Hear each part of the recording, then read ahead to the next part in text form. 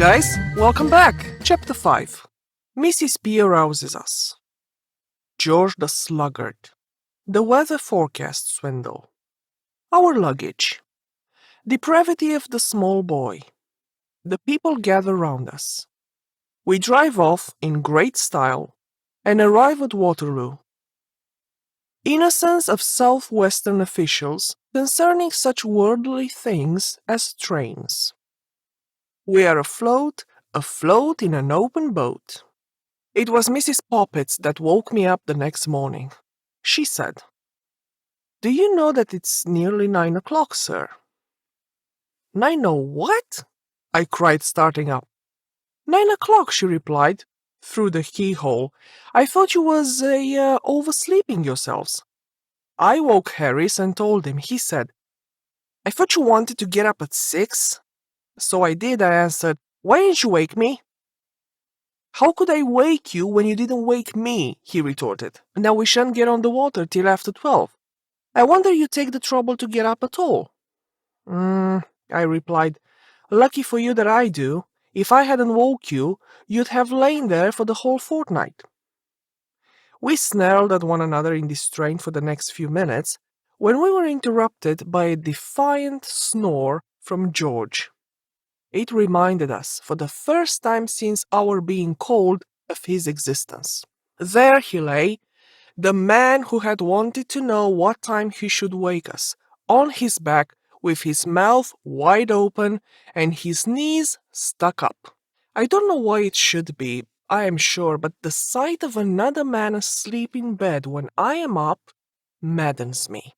It seems to me so shocking to see the precious hours of a man's life, the priceless moments that will never come back to him again, being wasted in mere brutish sleep. There was George, throwing away in hideous sloth the inestimable gift of time, his valuable life, every second of which he would have to account for hereafter, passing away from him unused. He might have been stuffing himself with eggs and bacon, irritating the dog, or flirting with a slavey, instead of sprawling there, sunk in soul-clogging oblivion. It was a terrible thought. Harris and I appeared to be struck by it at the same instant. We determined to save him. In this noble resolve, our own dispute was forgotten. We flew across and slung the clothes off him, and Harris landed him with one slipper, and I shouted in his ear, and he awoke. "What's the matter?" he observed, sitting up. "Get up, you fat-headed chunk," roared Harris. "It's 9:45. "What?" he shrieked, jumping out of the bed into the bath. "Who the thunder put this thing in here?" We told him he must have been a fool not to see the bath. We finished dressing, and when it came to the extras, we remembered that we had packed the toothbrushes and the brush and the comb. That toothbrush will be the death of me, I know. And we had to go downstairs and fish them out of the bag. And when we had done that, George wanted the shaving tackle. We told it that he would have to go without shaving that morning, as we weren't going to unpack that bag again for him, nor for anyone like him, for that matter. And he said, "Don't be absurd. How can I go into the city like this?" Well, it was certainly rather rough on the city, but what cared we for human suffering? As Harry said, in his common vulgar way, the city would have to lump it. We went downstairs to breakfast. Montmorency had invited 2 other dogs to come and see him off, and they were whiling away the time by fighting on the doorstep. We calmed them with an umbrella and sat down to chops and cold beef. Harry said, "The great thing is to make a good breakfast," and he started with a couple of chops, saying that he would take these while they were hot, as the beef could wait. George got hold of the paper and read us out the boating fatalities and the weather forecast, which latter prophesied rain, cold, wet to fine. Whatever more than usually ghastly thing in weather that may be, Occasional local thunderstorms, east wind with general depression over the Midland counties, that's London and Channel, bar falling. I do think that of all the silly, irritating tomfoolishness by which we are plagued, this weather forecast fraud is about the most aggravating. It forecasts precisely what happened yesterday or a day before, and precisely the opposite of what is going to happen today. I remember a holiday of mine being completely ruined one late autumn by our paying attention to the weather report of the local newspaper. Heavy showers with thunderstorms may be expected today, it should say on Monday, and so we would give up our picnic and stop indoors all day, waiting for the rain. And people would pass the house, going off in wagonettes and coaches as jolly and merry as could be, the sun shining out, and not a cloud to be seen. Ah, we said, as we stood looking out at them through the window, won't they come home soaked? And we chuckled to think how wet they were going to get, and came back and stirred the fire and got our books and arranged our specimens of seaweed and cockle shells. By 12 o'clock, with the sun pouring into the room, the heat became quite oppressive, and we wondered when those heavy showers and occasional thunderstorms were going to begin. Ah, they'll come in the afternoon, you'll find, we said to each other. Won't those people get wet? What a lark! At 1 o'clock, the landlady would come in to ask if we weren't going out, as it seemed such a lovely day. No, we replied, with a knowing chuckle. Not we. We don't mean to get wet. No. Mm-mm. And when the afternoon was nearly gone, and still there was no sign of rain, we tried to cheer ourselves up with the idea that it would come down all at once, just as the people had started from home and were out of reach of any shelter, and that they would thus get more drenched than ever.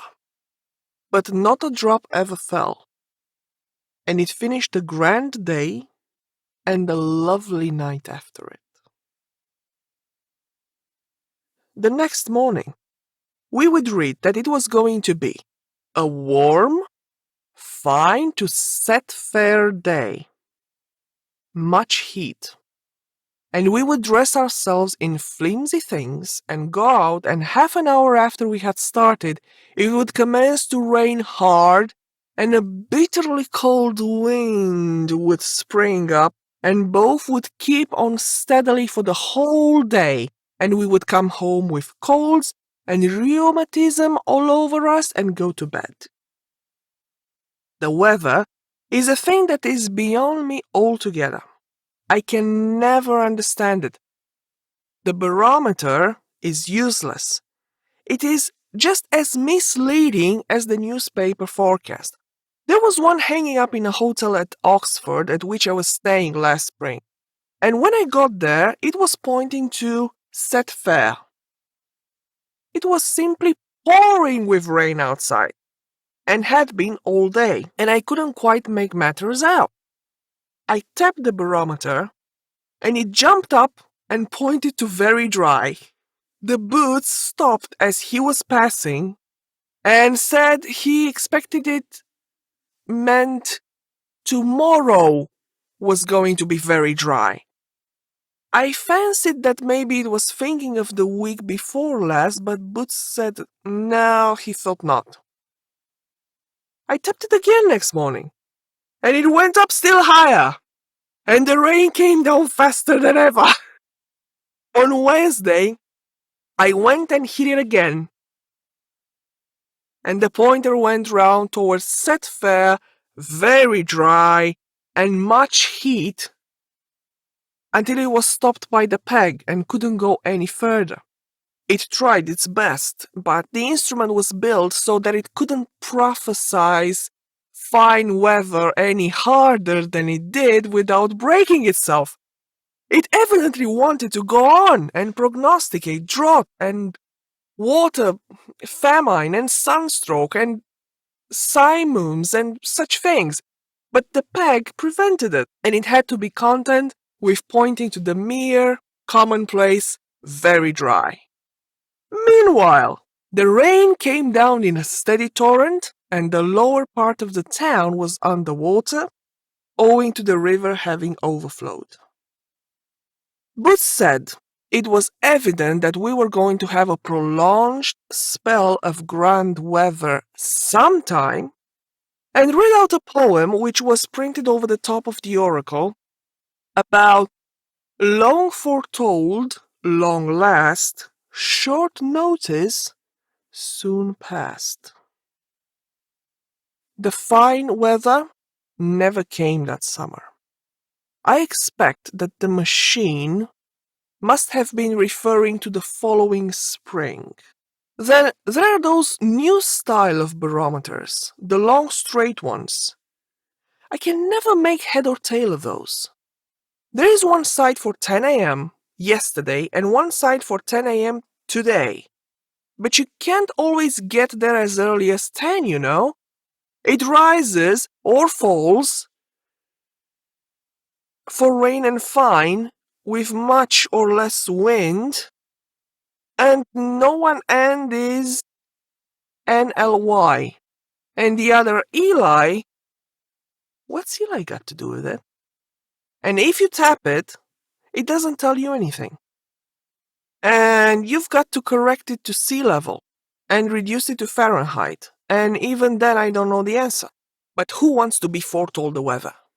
It is bad enough when it comes, without our having the misery of knowing about it beforehand. The prophet we like is the old man who, on a particularly gloomy-looking morning of some day when we particularly want it to be fine, looks round the horizon with a particularly knowing eye and says, "Oh no, sir, I think it will clear up all right. It will break all right enough, sir." Ah, he knows, we say as we wish him good morning and start off. Wonderful how these old fellows can tell. And we feel an affection for that man, which is not at all lessened by the circumstances of its not clearing up by continuing to run steadily the whole day. Oh well, we feel, he did his best. For the man that prophesies us bad weather, on the contrary, we entertain only bitter and revengeful thoughts. Going to clear up, do you think? We shout cheerily as we pass. Well, no, sir, I'm afraid it's settled down for the day, he replies, shaking his head. Stupid old fool, we mutter. What's he know about it?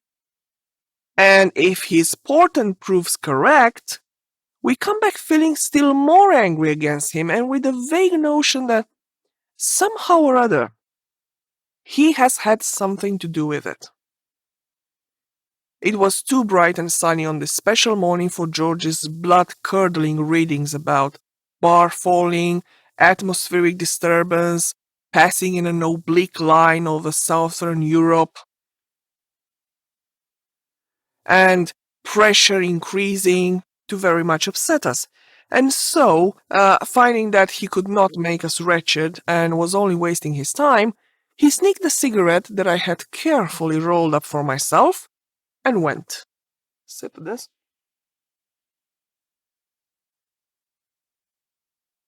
This is a very weird weather for July, by the way.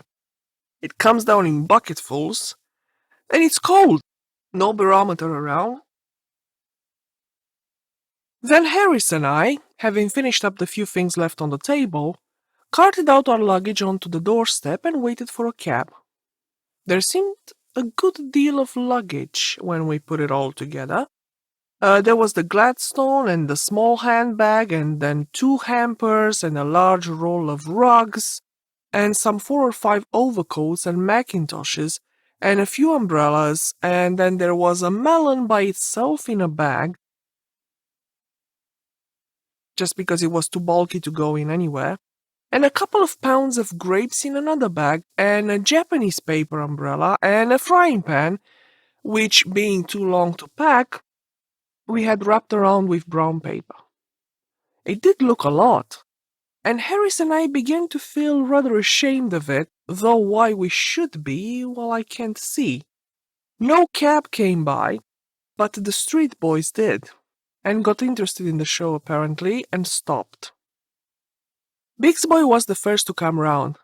Biggs is our greengrocer, and his chief talent lies in securing the services of the most abandoned and unprincipled errand boys that civilization has as yet produced. If anything more than usually villainous in the boy line crops up in our neighborhood, we know that it is the Biggs latest. I was told that at the time of the Grain Coram Street murder, it was promptly concluded by our street that Biggs Boy, for that period, was at the bottom of it, and had he not been able, in reply to the severe cross-examination to which he was subjected by number 19, when he called there for orders the morning after the crime, assisted by number 21, who happened to be on the step at the time to prove a complete alibi, it would have gone hard with him. I didn't know Biggs Boy at the time, but from what I have seen of them since, I should not have attached much importance to that alibi myself. Biggs Boy, as I have said, came round the corner. He was evidently in a great hurry when he first dawned upon the vision, but on catching sight of Harris and me, and Montmorency and the things, he eased up and stared. Harris and I frowned at him. This might have wounded a more sensitive nature, but Biggs boys are not, as a rule, touchy. He came to a dead stop, a yard from our step, and leaning up against the railings and selecting a straw to chew, fixed us with his eye. He evidently wanted to see things out. In another moment, the grocer's boy passed on the opposite side of the street, and Biggs Boy hailed him. "Hey! Ground floor of 42's a moving?" The grocer's boy came across and took up a position on the other side of the step. Then the young gentleman from the boot shop stopped and joined Biggs Boy, while the empty can superintendent from the Blue Posts took up an independent position on the curb. "They ain't going to starve, are they?" said the gentleman from the boot shop. "Ah, you'd want to take a thing or two with you," retorted the Blue Posts, "if you was a-going to cross the Atlantic in a small boat." "They ain't a-going to cross the Atlantic," struck in Biggs Boy. "They're going to find Stanley." By this time, quite a small crowd had collected, and people were asking each other what was the matter. One party, the young and giddy portion of the crowd, held that it was a wedding, and pointed out Harris as the bridegroom, while the elder and more thoughtful among the populace inclined to the idea that it was a funeral, and that I was probably the corpse's brother. At last, an empty cab turned up. It is a street where, as a rule, and when they're not wanted, empty cabs pass at the rate of 3 a minute and hang about and get in your way. And packing ourselves and our belongings into it, and shooting out a couple of Montmorency's friends who had evidently sworn never to forsake him, we drove away amidst the cheers of the crowd, Biggs Boy shying a carrot after us, for luck. We got to Waterloo at 11 and asked where the 11.5 started from. Of course, nobody knew. Nobody at Waterloo ever does know where a train is going to start from, and where a train, when it does start, is going to, or anything about it.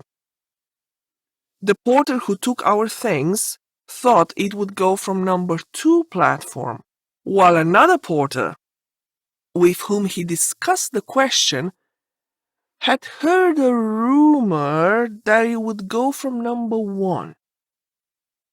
The station master, on the other hand, was convinced it would start from the local. To put an end to the matter, we went upstairs and asked the traffic superintendent, and he told us that he had just met a man who said he had seen it at the number 3 platform. We went to number 3 platform, but the authorities there said that they rather thought that that train was the Southampton Express or else the Windsor Loop. But they were sure it wasn't the Kingston train, though why they were sure they couldn't say. Then our porter said he thought that must be it on the high-level platform, said he thought he knew the train. So we went to the high-level platform and saw the engine driver and asked him if he was going to Kingston. He said he couldn't say for certain, of course, but that he rather thought he was. Anyhow, if he wasn't the 11.5 for Kingston, he said that he was pretty confident he was the 9.32 for Virginia Water or the 10 a.m. Express for the Isle of Wight, or somewhere in that direction, and we should all know when we got there.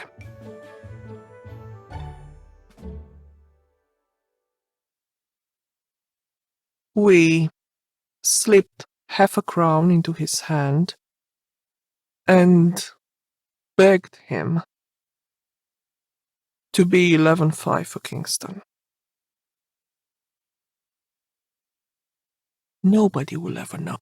Not on this line, we said. What you are or where you're going. You know the way. You sleep off quietly. Go to Kingston. Well, I don't know, gents, replied the noble fellow.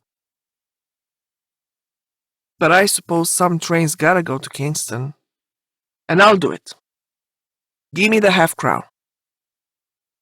Thus, we got to Kingston by the London and South Western Railway. We learned afterwards that the train we had come by was really the Exeter Mail, and that they had spent hours at Waterloo looking for it, and nobody knew what had become of it. Our boat was waiting for us at Kingston just below bridge, and to it we wended our way, and round it we stored our luggage. I'll do this again. Our boat was waiting for us at Kingston, just below bridge, and to it we wended our way, and round it we stored our language. We stored our language around the boat. How is that? This is a simple phrase. Let's give it another shot. This time it's a decisive one. This time, I'll do it. Here we go. Our boat. Yeah, it's simple, isn't it? Our boat. Our boat was waiting for us at Kingston, just below bridge.